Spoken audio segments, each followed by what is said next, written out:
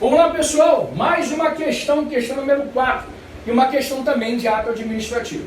Marque, sabe-se que os atos administrativos, horrível, né? Fotofobia gritando. Que os atos administrativos podem ser extintos de acordo com formas estabelecidas em lei pela doutrina.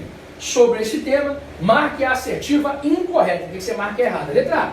São irrevogáveis os atos administrativos que, instituídos por lei, confiram direitos adquiridos. Certinho.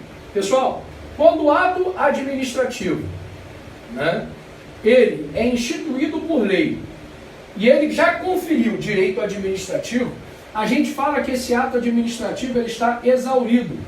O ato já produziu todos os seus efeitos, então por isso, ele não pode ser extinto. Legal? É uma pergunta clássica de prova, né?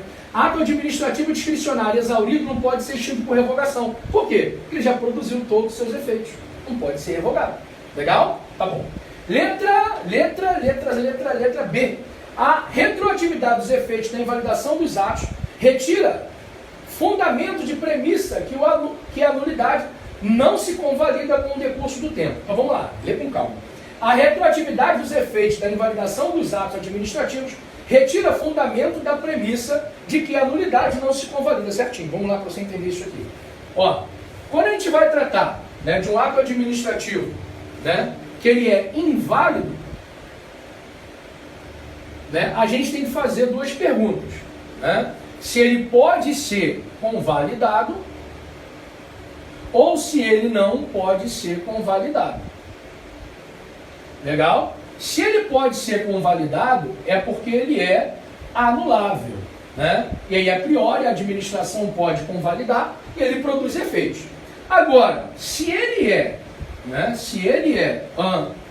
não pode ser convalidado, é porque ele é nulo.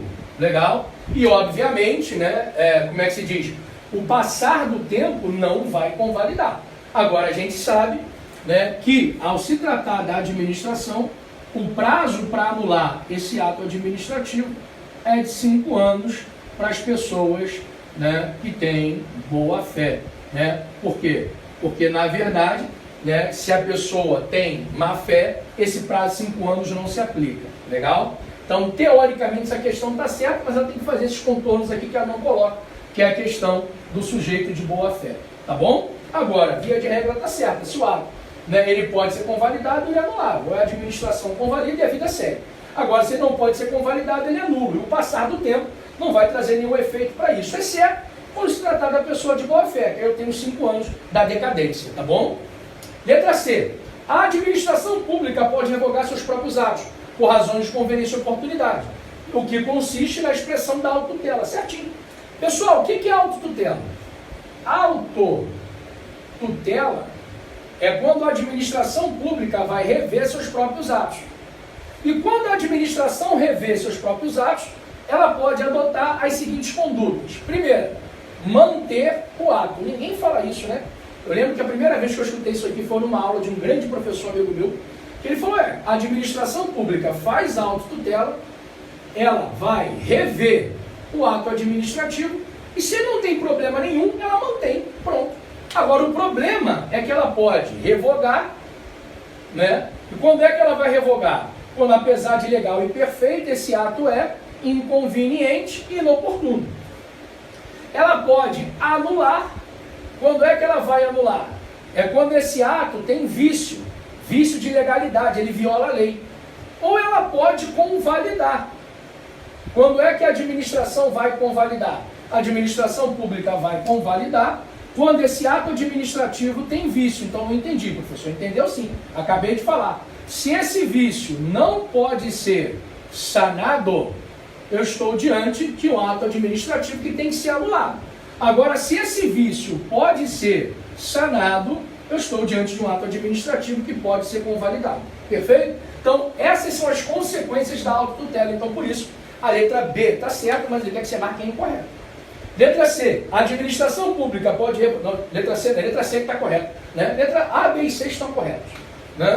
Isso. Letra D, a administração pública pode revogar os atos que possuam vício. Não, gente, preste bem atenção. Revogar, o ato administrativo não tem vício. Por que não tem vício? Porque aqui, ó, o ato administrativo é legal e perfeito. Ou seja, ele está de acordo com a lei e ele está pronto.